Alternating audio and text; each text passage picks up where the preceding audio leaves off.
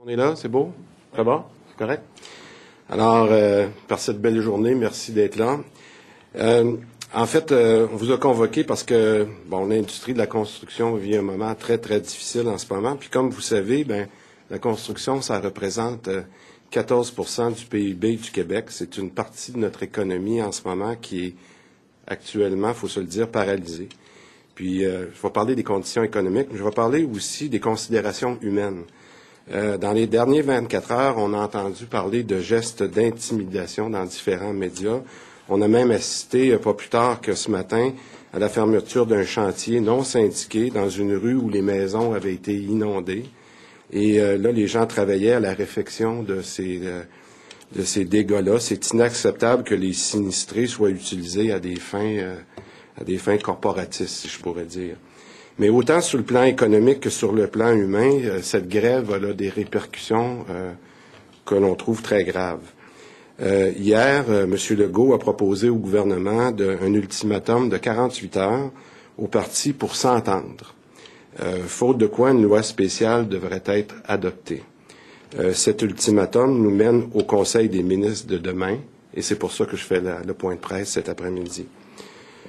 Aujourd'hui, comme à l'habitude, on veut être une opposition constructive et nous avons une solution à suggérer au parti pour enlever un petit peu de tension. Nous proposons donc, clairement, de reconduire les conditions de travail actuelles pour une période maximale d'1 an ou jusqu'à une entente intervienne. Si les partis syndicales et patronales refusent cette solution, qui pourrait faire partie de la solution entérinée par les deux partis, et qu'il n'y a pas toujours d'entente dans les prochains jours, nous demandons à la ministre du Travail de déposer une loi spéciale et de convoquer le Parlement pour l'adopter. Mais je le répète, cette loi spéciale-là, elle aurait la même caractéristique, c'est-à-dire, en cas où il n'y aurait pas eu d'entente, de reconduire les conditions actuelles. Une telle proposition, selon nous, a le mérite de faire cesser la grève immédiatement, de laisser les travailleurs autant que les entrepreneurs de travailler avec les conditions actuelles et se donner un temps de recul pour repartir l'économie, mais en même temps de se donner le temps nécessaire pour négocier adéquatement. Alors, c'est notre suggestion. Dans ces périodes difficiles-là, c'est comme n'importe quelle crise, il ne faut pas monter aux barricades, il faut rester calme. Et la proposition que l'on suggère, elle est simple. On pense que les gens vont être intéressés. Nous avons parlé à travers notre réseau à des entrepreneurs comme à des syndiqués. Et cette solution-là semble intéresser plusieurs personnes. On n'a pas voulu aller plus dans le détail avant de vous rencontrer. Et surtout, je dirais, demain, donner le temps à Mme Maltais, au Conseil des ministres, de considérer cette proposition-là si au cours des prochaines heures, il ne semble pas y avoir une solution. Alors, je vais prendre vos questions. Mais donc, vous dites que cette loi spéciale pour reconduire les conditions actuelles viendrait demain là, à l'ultimatum que vous aviez de... Mais en fait, ce que je vous dis comme premier point, c'est que ce qu'on suggère aux deux partis qui sont en ce moment à l'extérieur du gouvernement, là, je reparlerai de la médiation plus tard, c'est eux qui pourraient arriver à cette conclusion-là. Parce qu'en fait, compte, la partie patronale et syndicale sont en train de négocier. Mais s'ils ne s'entendent pas, étant donné, on va dire, l'ampleur ou l'amplitude entre les demandes et les acceptations, ils pourraient décider, sans le gouvernement, d'accepter de reconduire les conditions actuelles. Il n'y a rien qui les empêche de faire ça. Parce qu'en ce moment, ce qu'ils nous disent, c'est que la proposition des entrepreneurs, elle est énorme. Les autres disent, écoutez, on a des conditions qu'on voudrait réajuster, mais il n'y a rien qui les empêche tout à fait à l'extérieur du gouvernement de s'entendre et de reconduire, par exemple, pour 1 an, les conditions actuelles. Et les conditions actuelles, il n'y a pas d'augmentation salariale. Exactement. Alors, c'est pour ça que je dis, chacun va avoir à faire ses sacrifices dans une solution, exemple, d'1 an de reconduire. C'est-à-dire que les travailleurs diraient, on n'a pas notre augmentation, mais en même temps, les entrepreneurs n'auraient pas les bénéfices d'avoir, par exemple, accès à moins de temps supplémentaire, etc. Alors, chacun ferait un sacrifice, mais au moins les conditions actuelles qui font que les chantiers fonctionnaient avant-hier, là, dans la situation actuelle. Alors, nous, c'est ça qu'on dit. Premièrement, M. Dubé, les syndiqués se plaignaient justement que là, si les négociations perdurent, Là, on se trouve dans une situation où, dans la construction, là, il n'y a pas de, on m'expliquait ça, de rétroactivité. Vous avez absolument donc, raison. On perd du pouvoir d'achat pendant cette période-là. Vous dites, ben oui, mais perdez votre pouvoir d'achat pendant un an. Oui, mais en même temps, ce que je vous dis, c'est que les deux parties, dans la solution qu'on propose, les deux parties vont avoir à faire des sacrifices, là. C'est-à-dire que les travailleurs vont dire, moi, j'ai pas l'augmentation que j'aurais eue si on avait eu une entente. Mais le contracteur ou l'entrepreneur, lui, il n'y aura pas d'amélioration de ses transferts, il n'y aura pas d'amélioration, par exemple, de dire je vais continuer d'être obligé de payer le temps double le samedi si les heures n'ont pas été faites dans la semaine. Ça fait que les deux parties vont avoir à faire des sacrifices dans la proposition qu'on fait. Mais ces sacrifices-là sont beaucoup plus faciles, selon nous, à accepter que de négocier d'autres conditions sur lesquelles ils s'entendent pas du tout. Il y a quelques jours, les chantiers fonctionnaient. Alors nous, notre solution, je vous le dis, elle est claire, c'est on n'a pas les moyens en ce moment avec une construction qui est déjà par terre, qui est déjà frappée par la commission Charbonneau, où tout le monde est paniqué, les gens veulent plus donner de contrat. La dernière chose qu'on a besoin, c'est d'une grève qui perdure. Alors nous, notre solution, elle est très pratique. On dit, vous aviez des conditions que vous avez depuis plusieurs années, continuez avec ces conditions-là, mais arrêtez pas de travailler, puis pendant ce temps-là, continuez à négocier.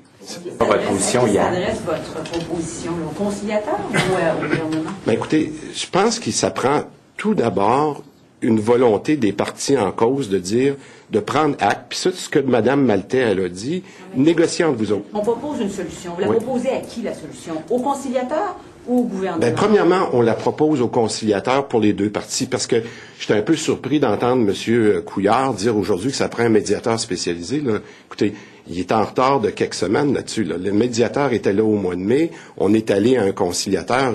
C'est déjà enclenché, tout ce processus-là. Vous avez parlé aux partis, parce que là, moi, ce que je vous dis, c'est qu'on... Extra-gouvernemental, là, ouais. Est-ce que vous avez appelé on a appelé, la Sécu, on a appelé quelques joueurs parce qu'on n'a pas voulu, je dirais, je vous les nommerai pas parce que ces gens-là, en ce moment, sont un petit peu nerveux et ces gens-là veulent garder l'anonymat. Moi, ce que je vous dis, c'est que notre proposition, elle a suscité beaucoup d'intérêt de différentes parties.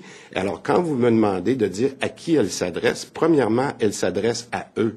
Parce que, vous savez, en négociation, ce qui arrive, c'est autant du côté syndical que patronal, on se crêpe un peu le chignon, puis à un moment donné, on se retrouve vis-à-vis un mur, puis on a de la misère à revenir. Puis ça arrive, on est là, en ce moment. Alors, nous, ce qu'on essaie de donner, c'est à ces gens-là une porte de sortie, de dire que la pire situation, c'est de rester sur nos positions. Nous, on dit que les conditions actuelles, ils n'étaient pas si pires. Continuez à travailler avec ça pendant un certain temps, puis continuez à négocier. Mais le principal bénéfice de ça, c'est de repartir les chantiers. Bon, maintenant, une fois qu'on a eu dit ça, c'est au gouvernement, aux médiateurs, etc., à qui ça s'adresse. Puis Mme Maltais, demain, au Conseil des ministres, elle va aussi faire le tour de son équipe et des différents intervenants, puis dire c'est peut-être pour vous cette proposition-là. Parce que si le gouvernement applique cette solution-là ultimement, ce que vous dites, dans le fond, vous demandez au gouvernement de continuer, de recommencer à décréter les conditions de travail des travailleurs de la construction. Bien, ce que je dis, c'est simplement, je pense pas qu'il y a beaucoup de gens qui s'objecteraient à dire que la loi spéciale reconduit pour un an les conditions actuelles.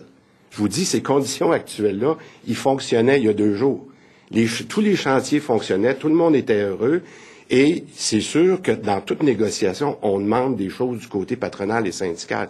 Nous, ce qu'on dit, vous ne voulez pas vous entendre pour le moment, pour toutes sortes de raisons, ben, écoute, reconduisez ces conditions-là, mais on n'a pas les moyens d'arrêter l'économie de 15 %. C'est 15 % de l'économie qui est paralysée. C'est déjà énorme ce qu'on vit avec la baisse de l'activité économique avec la commission Charbonneau. On n'a pas les moyens, comme économie au Québec, de subir ça encore plusieurs jours.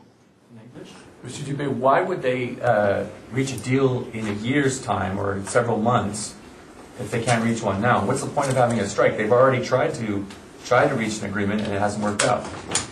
As you know, in negotiation, there are certain places where you have a balance of power. The reason we're saying 1 year is we don't want to disrupt this balance of power. We could have said 3 months, and probably in 3 months, the employees would be in a negative position. So what we're saying is there is enough time within a year to keep that balance of power in negotiation. That's the first thing. If they can obtain or reach an agreement before the year, that's our position. And then what would happen In a year, if they didn't reach a deal, what would happen then? Well, I think if within a year, the only excuse they will not have, and I think you've heard that many times in the last 2 weeks, some parties have said that they only had the proposition in the last few days. And they've said that many of those demands were not presented with the right timing, or they didn't have enough time to look at opportunity. You cannot say that in a year from now. So I think what we're saying is there is enough time to say, okay, now we understand the position. They seem to be quite different on a couple, about those 5 key items. And I think in a year from now, there would be plenty of time to settle on those 5 items. Then the government would impose a deal?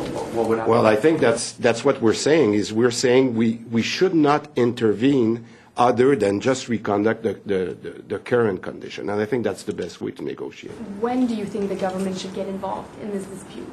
Oh, in the next few days. Because as you know, there is a rule of thumb.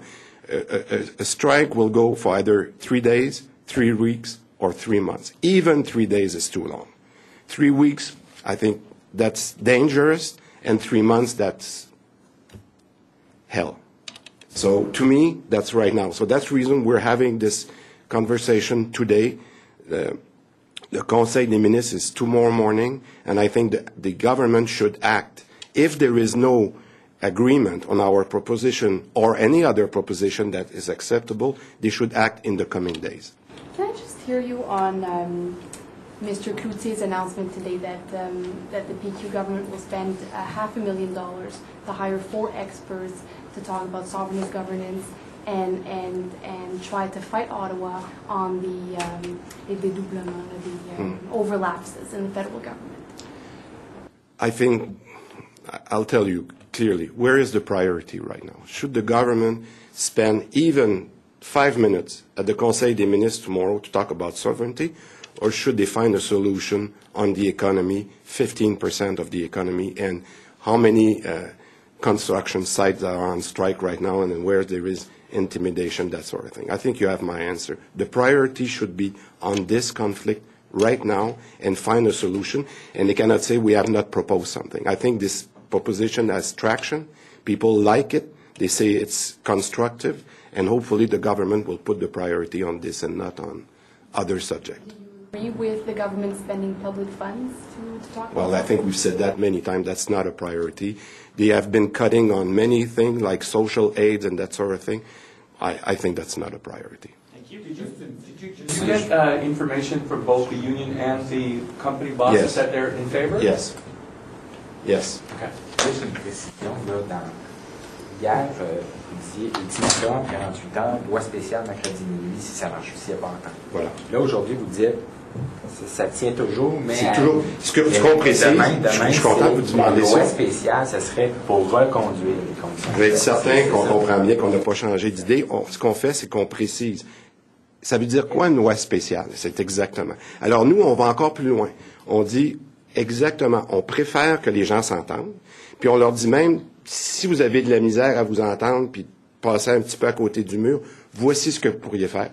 Mais si vous ne réussissez pas, là, on dit au gouvernement, allez-y avec une loi spéciale, mais une loi spéciale qui ne viendrait pas faire d'ingérence, qui minimiserait l'ingérence et qui dirait on reconduit. Alors, on fait juste donner un petit peu plus de détails de ce qui pourrait avoir si le gouvernement est obligé d'aller vers une loi spéciale. Ça va? Votre question était très à propos. Merci beaucoup. Bonne journée. À bientôt.